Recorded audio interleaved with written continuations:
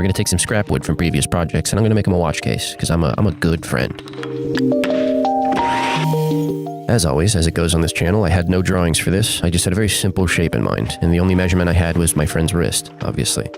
I also knew that I wanted to do a tambour door on this one. I wanted to do a special type of door, not just a regular, cabinet door or whatever. I wanted this to open up and be a presentation because that is the whole point. It's to elevate the piece as opposed to let it sit on the shelf. So, the orange wood you see here is called Padauk.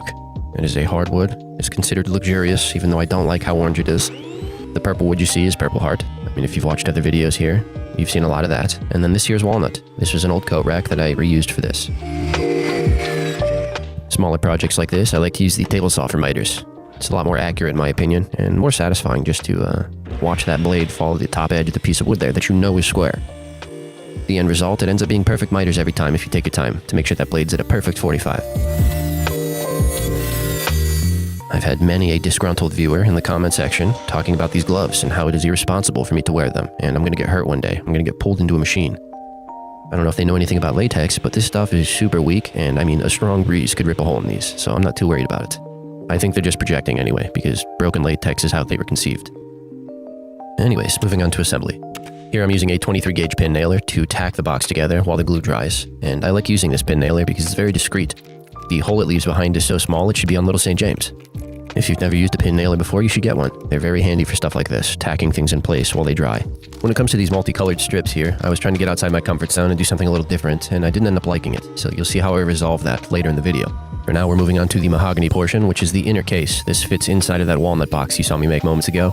This is going to house all the components and the tambour door itself. Here you see me using a method where you run 2 kerfs on the table saw, and then you finish the rest out with your bandsaw. I didn't have a resaw to, make the whole cut on the bandsaw, so that's an easy way of doing that. And I decided to add a curve to this section of the box because I like my wood like I like my women, with some curves, which still sounds suspect somehow. So. Anyways, as you can see there, I missed the cut. I pushed record when it was recording. You know the deal. You didn't miss much, though. You see me here making the tambour track template. I'm using 3/4 inch MDF with a laminate on top because it's what I had lying around. Whenever you're doing a tambour track template, you can use whatever you have. Just make sure the thickness goes hand in hand with the length of the router bit that you're using. Because I've used some shorter router bits and they didn't surpass the bottom of the template before, and I had to remake the template, which is annoying. So just keep that in mind whenever you're doing a tambour slot.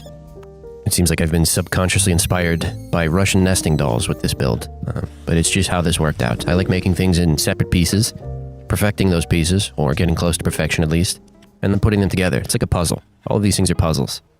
Now, I do understand that it's ironic to say perfection when you can see that slot there that I'd routed and how the bit went off track a little bit. And that's because I taped that pattern to this piece before I routed it, and realistically you should clamp it. It's just with something this small, it's hard to get a clamp in edgewise without getting in the way of the router. So that's why I use double-sided tape. Now, if this was a project that somebody was paying me for, and this wasn't just a fun little scrap project, I would be tediously working out all the details and making it as close to perfect as I could. This thing has flaws, it has characteristics.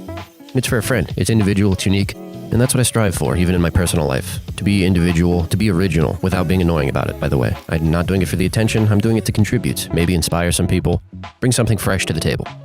Okay, now that I'm done waxing philosophical about my craft, it's time to move on. I'm doing the tambour slats here. This is called zebra wood. It is one of my favorite types of wood, and it is worth every penny in my opinion. When you put the finish on at the end, it's always worth it. Regardless of the finish I've used, it looks great.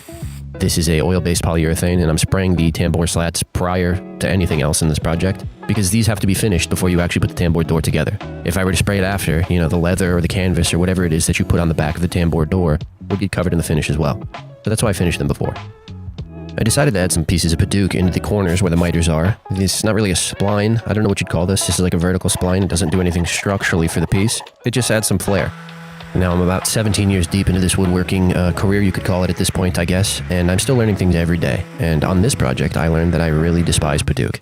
I'm not a fan of any type of wood that when sanded can be mistaken for hot Cheeto dust. I mean, it just looks tacky. Here I am mixing some of that Cheeto dust with some glue to fill some cracks. It just doesn't look great in my opinion. Now I did prepare a statement describing my distaste for Padauk. It's just in the stack of papers here. Give me a moment, let me shuffle through. Nope, those are the 9/11 files.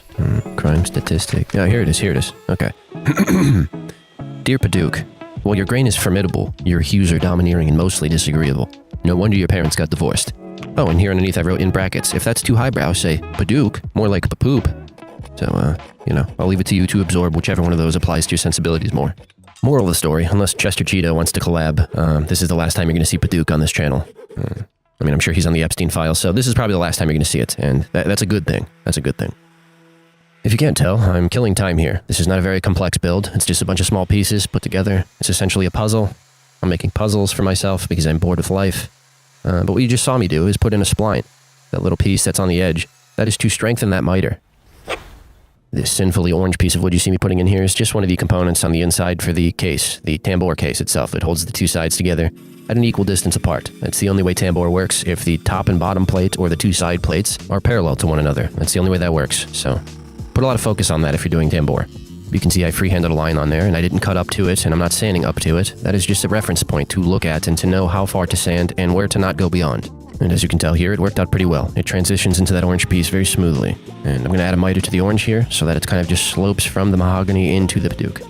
I'm a big fan of flowy transitions or reveals. If you're going to butt two things up against one another, there has to be a transition of some sort. So why not make it a smooth one? Here I stole the play out of the Larry Hahn guidebook, and it is trace things in place. Why use measurements and angles if you have the two pieces in the real world? Just trace it, and look how well that works out here. Nice. Now here's where those colorful strips I was talking about near the beginning of the video, this is where they come into play. This is what I wanted to be underneath the watch block. I didn't want it to just be the bottom of that walnut case showing. That's kind of boring. So this is what I came up with. And as I said, I don't enjoy it. It looks like those long, crispy wafer cookies that are delicious and also disgusting for some reason. The vanilla and strawberry chocolate ones, or like Fruity Pebbles. So far in this video, all my comparisons are of food, but I can't help it that here in America, all the poison we get is beautiful. It's beautiful colors.